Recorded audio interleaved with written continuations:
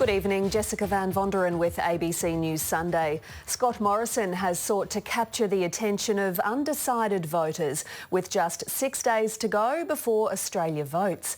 In a highly produced formal campaign launch in Melbourne, the Prime Minister offered to deliver what he called the promise of Australia and bundled in a number of announcements to back it.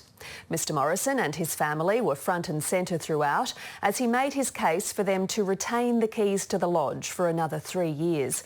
But to achieve that, the Liberal Party has to hold its ground in Victoria, and the Prime Minister also came armed with pledges for its capital city. We begin our coverage of the final week of the campaign with Greg Jennett, who was at the launch in Melbourne.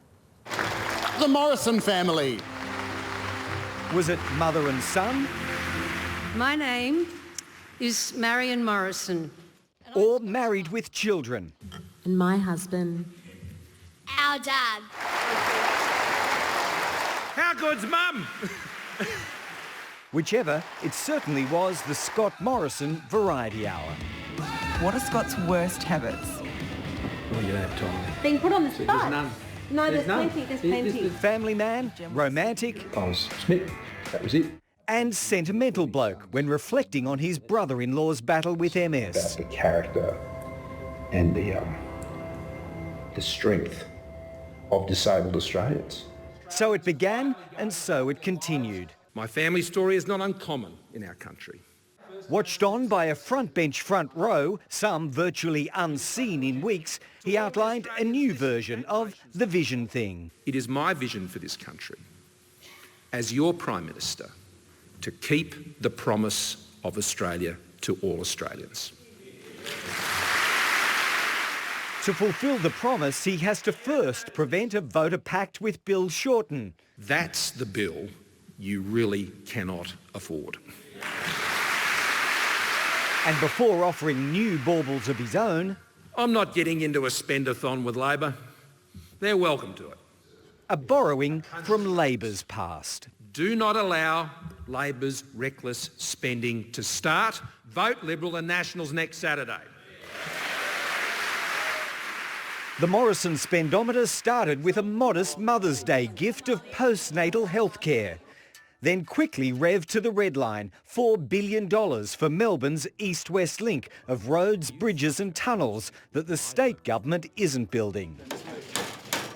And the impact promise for first home buyers struggling to save their 20% deposit for a mortgage. Government could guarantee up to 15% for eligible buyers. This isn't free money, but they've got their first leg on the first rung of the ladder.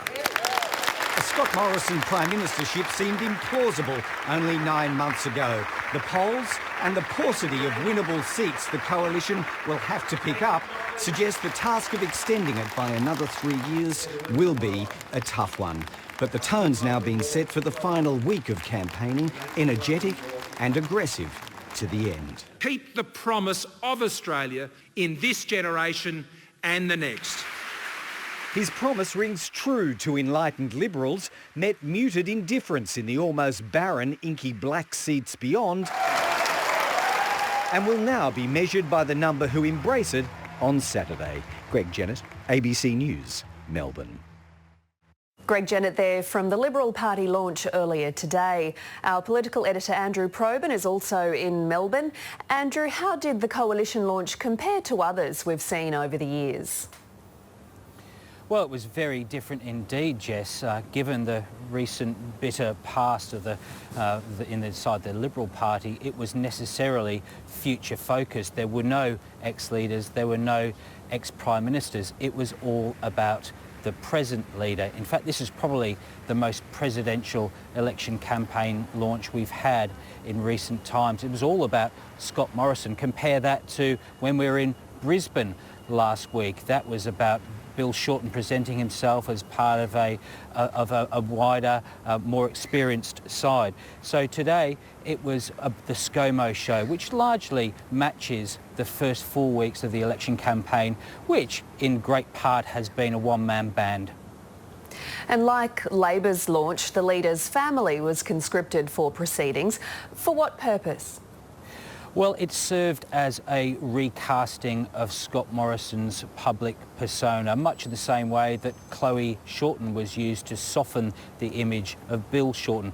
The coalition clearly believes that if it can distill the election campaign into a personality contest between Bill Shorten and Scott Morrison, it has a firm chance. Now, Scott Morrison was particularly targeting people he called the quiet Australians. These are people, he says, who don't really engage in politics, but they have to vote anyway. So the calculation here is that these folk will see the risk in Labor and stick with the coalition, notwithstanding the past 3 years.